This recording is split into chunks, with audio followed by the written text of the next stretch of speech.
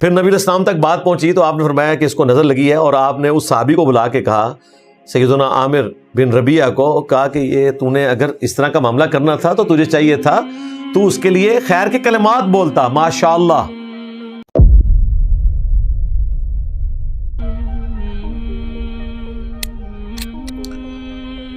نظر کن لوگوں کو لگتی ہے؟ حاسدین کی یا کسی کی بھی لگ سکتی ہے۔ دیکھیں، نظر لگنا یہ ایک ریئلٹی ہے، اور اس کا ذکر اشارتاً قرآن پاک میں بھی موجود ہے۔ سیدنا یعقوب بن اسحاق بن ابراہیم علیہ السلام، جو حضرت یوسف علیہ السلام کے والد تھے، اور یوسف علیہ السلام کے 11 بھائی جب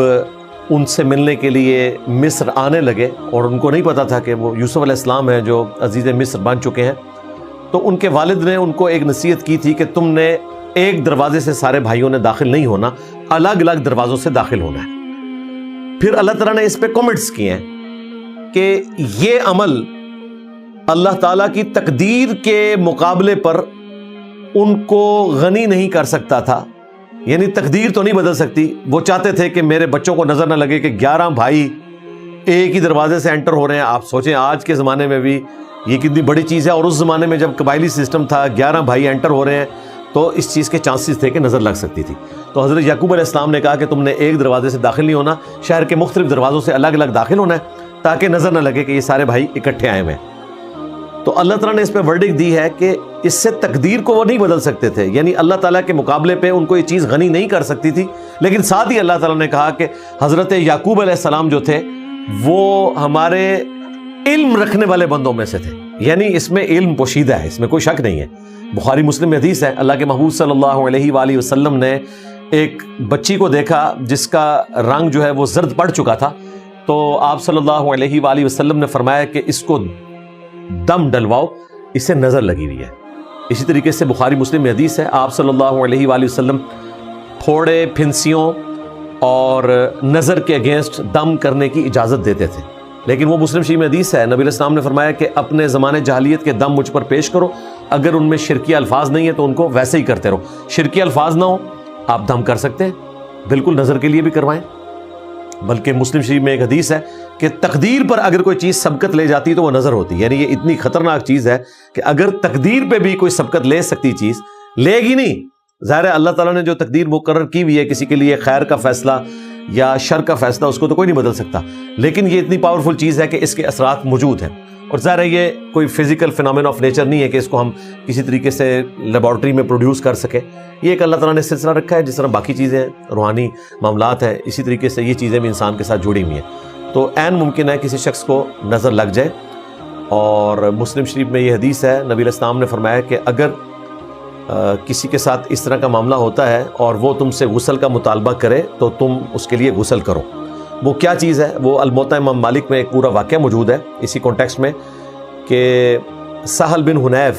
ایک بدری صحابی تھے، وہ غسل کر رہے تھے تو ان کا جسم جو ہے وہ اوپر سے ظاہر کرتا تو اتارا ہوا تھا، نیچے انہوں نے تامد وغیرہ باندھی ہوئی تھی، تو ایک دوسرے صحابی کی نظر پڑی تو ان کی مبارک زبان سے الفاظ نکلے جو غیر مناسب تھے۔ ویسے ہم تو اس کو مناسب ہی سمجھتے ہیں، لیکن ظاہر ہے کہ نظر کے پوائنٹ آف ویو سے لگ گئے۔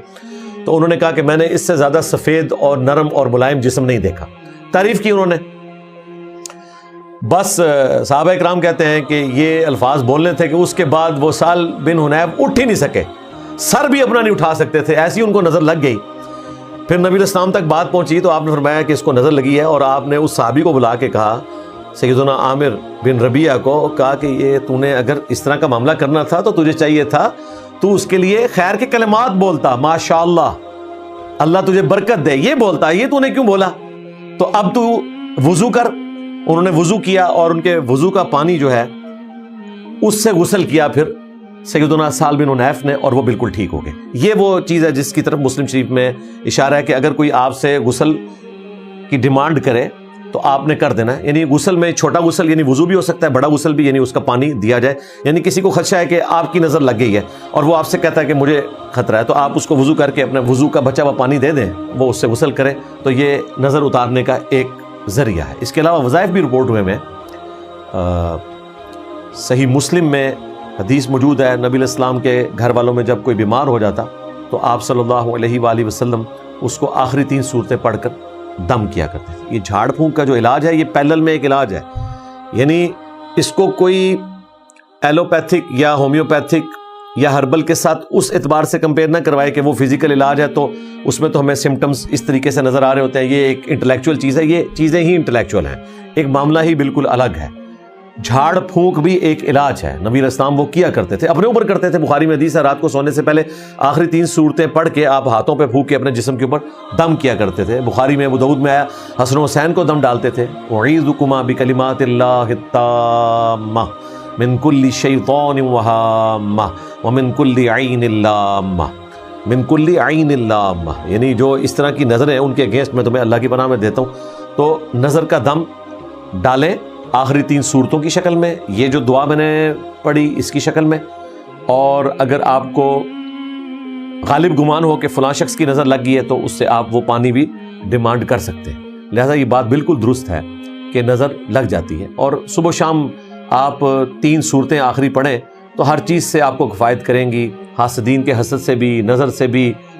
جنات سے بھی، شیاطین سے بھی۔ ابو داؤد ترمذی میں حدیث موجود ہے کہ ہر چیز سے کفایت کر جائیں گی انشاءاللہ تعالی۔